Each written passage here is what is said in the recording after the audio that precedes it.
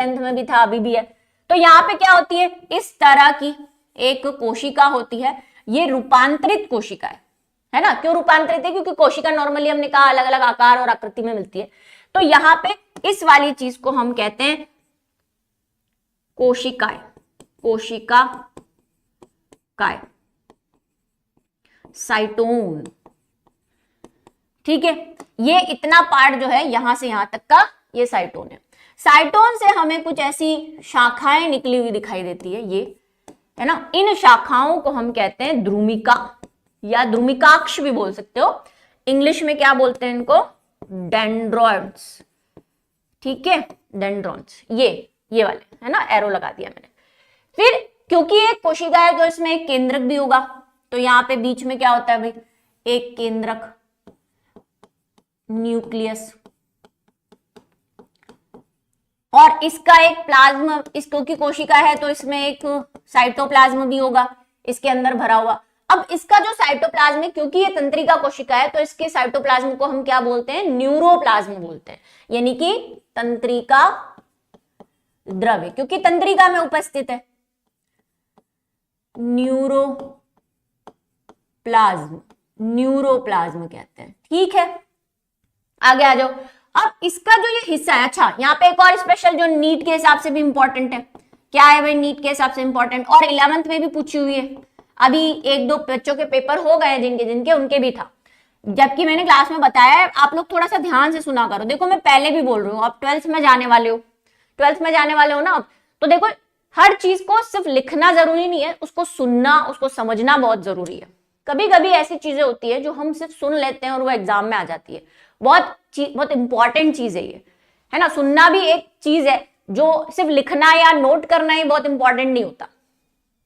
चलो, तो यहां पे क्या होते हैं, नीजल्स के कण होते हैं। अब ये नीजल्स के कण क्या होते हैं भाई, नीजल्स पार्टिकल। नीजल्स भाई एक साइंटिस्ट थे, उन्होंने कहा कि ये जो नीजल्स है, और नीट में यही क्वेश्चन आया हुआ है कि ये नीजल्स के कण क्या होते हैं भाई, ये राइबोसोम्स प्लस जो ईआर है अपनी, उसके कंडेंस पार्टिकल है, संघनित भाग है। वो राइबोसोम्स और ईआर बहुत संघनित हो गई, छोटी छोटी हो गई, कंडेंस हो गई, है ना, छोटी हो गई, मतलब फैली हुई थी तो ऐसी हो गई, और इस तरह से कण के हिसाब से दिख रही है, तो इसीलिए अपन नीजल्स के कण कहते हैं, नीजल्स पार्टिकल कहते हैं। अब इसका जो बीच वाला भाग है वो ऐसे लंबा हो जाता है भाई, इस तरीके से, है ना, और लंबा होके यहाँ पे ये संरचना बना लेता है। ये जो लंबा वाला पार्ट है यहां से यहां तक का, कहां से कहां तक का, यहां से यहां तक का, इसको अपन कहते हैं तंत्रिकाक्ष। तीसरा पार्ट, 3 भाग है ना, एक्सोन 2 तो हो गए, साइटोन और ये डेंड्रॉन्स। अच्छा, साइटोन को सेल बॉडी भी कहते हैं, सेल बॉडी भी कहते हैं।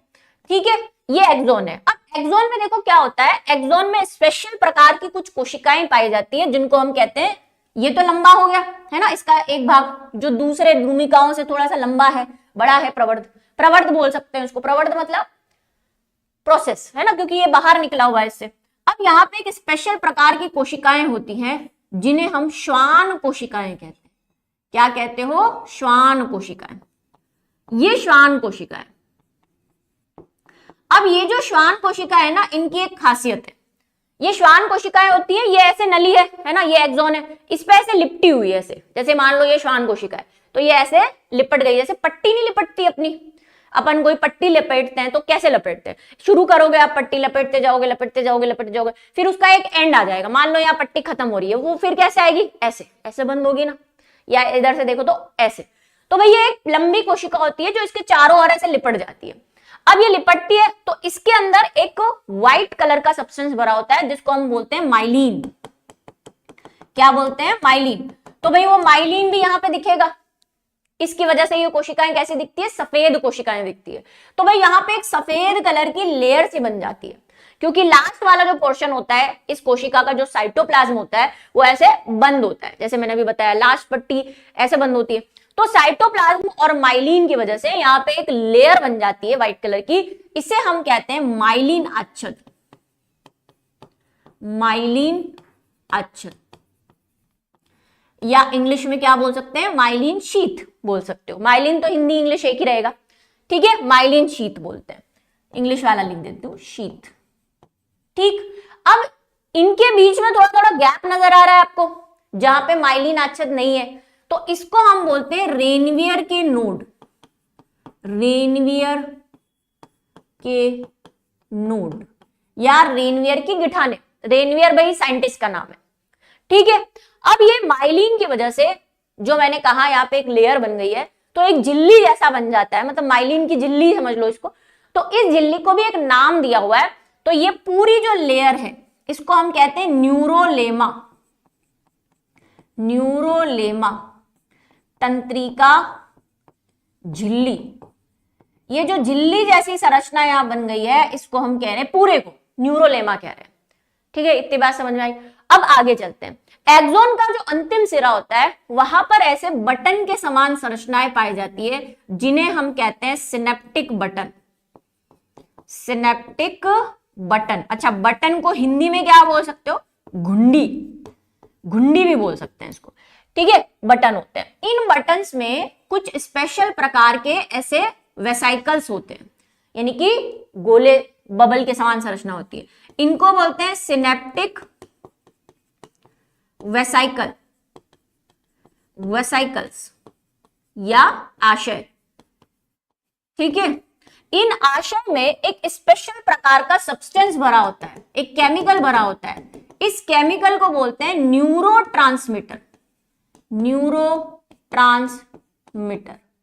ठीक है। एक रसायन होता है, एक न्यूरोट्रांसमीटर का नाम आपको पता होना चाहिए, वैसे तो बहुत सारे होते हैं, लेकिन एक जो कॉमन न्यूरोट्रांसमीटर है वो है एसिटोकोलिन, एसिटोकोलिन, याद रखना है भाई, इंपॉर्टेंट है ना, इंपॉर्टेंट, पूछते हैं एग्जाम। अब देखो, ये तो एक तंत्रिका है, एक तंत्रिका के बाद ही कभी कभी दूसरी तंत्रिका भी शुरू हो जाती है ना। देखो, यहां के बाद हो सकता है कि ये किसी पेशी पे खुल रही हो, किसी मसल्स पे खुल रही हो, लेकिन हो सकता है ये किसी दूसरी तंत्रिका पे, भाई यहां से यहां तक तो हजारों तंत्रिका है ना एक दूसरे से जुड़ी हुई, एक तंत्रिका थोड़ी है यहां से यहां तक, यहां से बहुत सारी, एक यहाँ, एक यहाँ, एक यहाँ, एक यहाँ, ऐसे बहुत सारी तंत्रिकाएं हमारे शरीर में। तो मान लो इसके बाद कोई तंत्रिका शुरू हो रही है, तो मान लो कि इधर कोई दूसरी तंत्रिका है, तो एक तंत्रिका के एक्सॉन या सिनेप्टिक बटन और दूसरी तंत्रिका का डेंड्रॉन्स, यहां पे अगर कोई दूसरी तंत्रिका है, जैसे ये तंत्रिका है, तो भाई यहां पे क्या हो जाएगा, देखो, एक तंत्रिका के एक्सॉन और दूसरी तंत्रिका के डेंड्रॉन्स के बीच में एक जगह है, एक स्पेस बना हुआ है, इस स्पेस को हम बोलते हैं सिनेप्टिक या सिनेप्सिस, सिनेप्सिस बोल सकते हो, सिनेप्सिस, ठीक है। सिनेप्स बोलते हैं, सिनेप्स बोल सकते हो, सिनेप्टिक गैप बोल सकते हो, जो भी बोलना चाहते हो बोल सकते हो। एक तंत्रिका और दूसरी तंत्रिका के, देखो दो टर्म है, मैं दोनों को क्लियर करती हूँ। दो तंत्रिकाएं हैं यहाँ पे, दो तंत्रिकाओं के बीच में जो जगह है उसको तो कह रहे हैं gap, synaptic gap, synaptic gap, ठीक है, सिनेप्टिक गैप। और दो तंत्रिकाओं के बीच में ये जो गैप है, एक्चुअली में इनका एक संबंध है, मतलब इनका एक रिश्ता है, क्योंकि इधर से इधर ये ट्रांसफर करेंगे। जैसे भाई आपका मकान है, ठीक है, आपके मकान में बीच में एक प्लॉट खाली है और फिर दूसरा मकान है, तो भाई बीच में जो प्लॉट खाली है उसको क्या बोल रहे हो, खाली प्लॉट बोलोगे ना, क्या बोलोगे, खाली प्लॉट। तो भाई यहाँ पे ये तंत्रिका है, ये तंत्रिका है, और बीच में जो जगह खाली है उसको तो अपन कह रहे हैं सिनेप्टिक गैप, ठीक है। लेकिन मैं पूछूं कि आपके एक प्लॉट छोड़ के जो मकान है उससे आपका क्या रिश्ता है, तो क्या बोलोगे, वो हमारे पड़ोसी है, वो हमारे क्या है, पड़ोसी है, भले एकदम चिपके हुए नहीं है लेकिन है तो पड़ोसी। तो बस इस तंत्रिका और इस तंत्रिका के मध्य ये जो संबंध है उसको हम कह रहे हैं सिनेप्स। अब मेरे हिसाब से आपको अच्छी तरह से समझ में आया होगा, दोनों के मध्य जो रिश्ता है उसको सिनेप्स कह रहे हैं, और बीच में जो गैप है उसको सिनेप्टिक गैप कह रहे हैं, ठीक है। ये याद रखना बड़ा इंपॉर्टेंट है, अभी अपन बात करेंगे इस पे। तो ये सारी चीजें अपन को यहां करनी है, इंपॉर्टेंट है डायग्राम, मेरे हिसाब से सभी ने नोट कर लिया होगा। हाँ भाई, आगे ये बना लो, ये बनाना है सबको, वैसे बड़ा सिंपल है। अभी अपन जो लिखेंगे ना वो इसी से रिलेटेड ही लिखेंगे अपन। अभी मैं आपको थ्योरी बताऊंगी तो आप देखना, बिल्कुल सेम अपन ने जो बोला है अपन वही लिखेंगे,